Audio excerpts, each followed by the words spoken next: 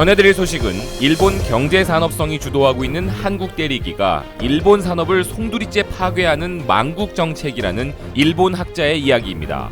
구독과 알림 설정으로 빠르게 BK 뉴스를 확인하시기 바랍니다. BK 뉴스입니다. 아베 정권과 우익들이 한국 때리기에 열중하고 있지만 문제의 본질은 일본의 산업을 송두리째 부수려고 하는 경제산업성의 망국 정책에 있다는 일본 게이오 대학 경제학부 교수 가네코 마사루의 기고문을 일본의 일간 겐다이가 전하고 있습니다. 필자는 아베 총리의 측근인 세코 히로시게 경제산업성 장관이 전 징용공 문제를 이유로 대한국 수출 규제에 나섰는데 원래 이 문제는 일본 기업에 대한 민사소송이므로 한국 정부는 국가배상과는 분리된 입장을 취하고 있고 실제로 중국에서 이 문제가 있었을 때는 미쓰비시 머터리얼과 화해했다고 이야기합니다. 이런 전례에 따라 한일 정치가 개입하지 않고 끈질기게 합의점을 모색하는 것이 최선책이었음에도 불구하고 아베 정권은 국가 간 통상 문제로 이 문제에 개입했음을 지적합니다. 그리고 아베는 그것이 WTO 규정 위반이 될 수 있는 것으로 알려지자 안보상의 수출 관리라며 논점을 바꿔치기 하는 이중성을 보였다고 비판하며 고작 하는 짓이 삼성 등의 한국 반도체 업체를 괴롭히고 있다고 주장합니다.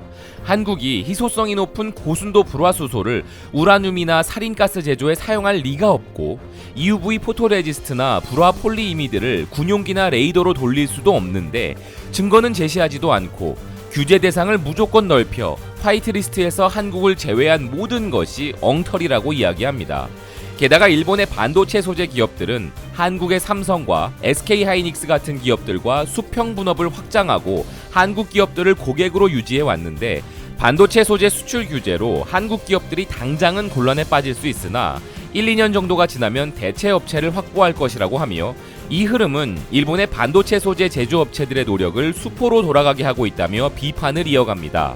여기에 더해 경제산업성이 반도체 소재뿐만 아니라 LCD와 디스플레이 산업도 부수고 있다며 민관 합작 펀드인 INCJ를 통해서 3,500엔을 출자한 JDI는 재무 초과 상태이며 JDI의 주력인 하쿠산 공장은 스마트폰용 액정 패널 부진의 추가 손실로 2019년 4월에서 6월 연결 순손익에서 833억엔의 적자를 내고 있다는 점을 들며 혈세가 시궁창에 버려지고 있다고 비판하고 있습니다. 필자는 일본의 디스플레이 정책 실패도 한국에 대한 수출 규제 조치도 경제산업성의 실책이 본질이라며 이대로 가다가는 이 나라의 모든 산업이 파괴되어 버릴 것이 명백한데 일본의 미디어들은 그러한 사실에 눈을 감고 입을 다물고 있으며 지금 그들은 아베 정권과 함께 한국에 주먹을 날릴 처지가 아니라며 기고를 마무리합니다. 지금까지 BK 뉴스는 일본의 반도체 전문가와 경영학자 그리고 세계 각국의 싱크탱크들이 아베와 한국 때리기에 대해 비판하는 목소리들을 누구보다 빠르게 전달해드려 왔었는데요. 이번만큼 간결하면서도 통렬한 비판은 처음인 듯합니다. 아베와 그 내각을 비롯한 우익, 일본 미디어들까지 모두 아우르는 비판과 이번 한일 분쟁 사태로 인하여 일본 산업계에 미치는 여파에 대해 현실을 깨닫게 해주는 멋진 칼럼으로서 BK 뉴스가 그럴 힘이 있다면 이 경제학자를 우리나라의 유력 TV 혹은 라디오 매체에 초대라도 하고 싶은 마음이 드는군요. 깨어있는 일본 지식인들의 이런 맹활약이 일본의 우익들과 우익 미디어에 맞서 계속되길 바란다는 의견입니다. 지금까지 BK 뉴스였습니다. 시청해주셔서 감사드립니다.